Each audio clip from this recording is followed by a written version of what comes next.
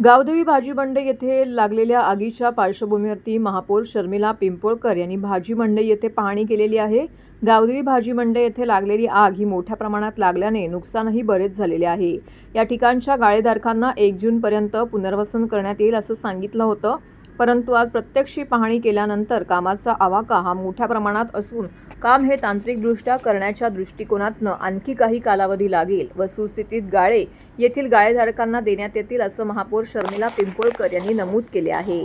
या पाहणी दौऱ्यात सभागृह नेते हनुमंत जगदाळे, शिवसेना गटनेते पवन कदम, नगरसेवक राम रेपाळे, स्थानिक नगरसेवक संजय वागुले, सुनेश जोशी, नगरसेविका मृणाल पेंडसे, अतिरिक्त आयुक्त 2 प्रशांत रोडे, उपायुक्त जी गोदेपुरे, मधुकर बोडके, डॉक्टर मिताली संचेती, उपनगर अभियंता शुभांगी केसवानी, सहाय्यक आयुक्त महेश कुमार जामनोर, कार्यकारी अभियंता मोहन कलाल, आपत्ती व्यवस्थापन अधिकारी यासिन तडवी, मुख्य अग्निशमन अधिकारी गिरीश झळके यांच्यासह विविध अधिकारी विभागाचे उपस्थित होते। यावेळी महापौर शर्मिला पिंपोळकर यांच्यासह सर्व पदाधिकारी अधिकारी यांनी गावदेवी भाजी मंडईची अंतर्गत पाहणी केली। पहिल्या मजल्यावर असलेल्या नौपाडा प्रभाग समिती कार्यालयाची देखील पाहणी केली। हे कार्यालय सुस्थितीत करण्याच्या सूचना महापौरांनी दिल्यात।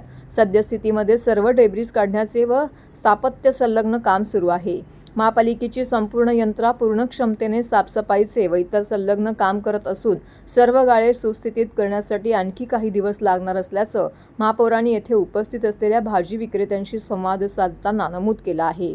गावदेवी भाजी मंडई येथील कामकाज सुरू असताना प्रत्यक्ष पाहणी करून स्थानिक नगरसेवकांनी कामकाजाबाबत मार्गदर्शन करावे असं महापौरांनी नमूद केलं आहे। माननीय महापौर यांच्या समवेत सर्व पदाधिकारी आणि अधिकाऱ्यांच्या उपस्थितीमध्ये गावदेवी या ठिकाणी झालेली अतिशय दुःखद अशी दुर्घटनेच्या बाबत निश्चितच प्रकारे ठाणे शहरातल्या सर्वच नागरिकांना, राज्याचे उपमुख्यमंत्री शिंदे साहेबांना सुद्धा अतीव दुःख झालं आणि त्या अनुषंगाने यामध्ये झालेले 2 मृत्युमुखी आणि 3 जखमी यांना निश्चित प्रकारे महापालिकेच्या वतीने एक तात्काळमधून मृत्युमुखींना 10 लाख रुपये आणि जखमींना 3 लाख रुपये देण्याचं त्याच दिवशी आम्ही जाहीर केलं होतं।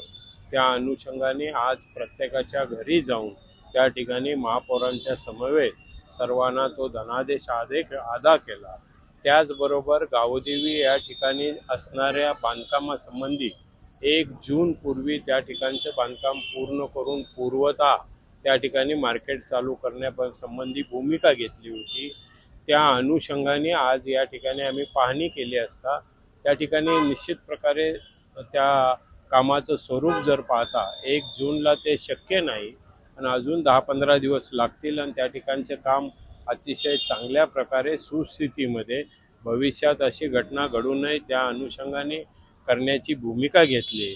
त्या दृष्टिकोनातून येत्या शुक्रवारी 3 वाजता संबंधित अधिकारी आणि त्या विभागाच्या कामासंबंधित त्या विभागातले लोकप्रतिनिधी यांच्या समवेत एक बैठक घेऊन एक चांगल्या प्रकारचं तीच इमारत त्या ठिकाणी सुस्थितीत निर्माण करण्याची भूमिका आम्ही घेतलेली आहे आणि त्या दृष्टिकोनातून आजचा दौरा हा होता।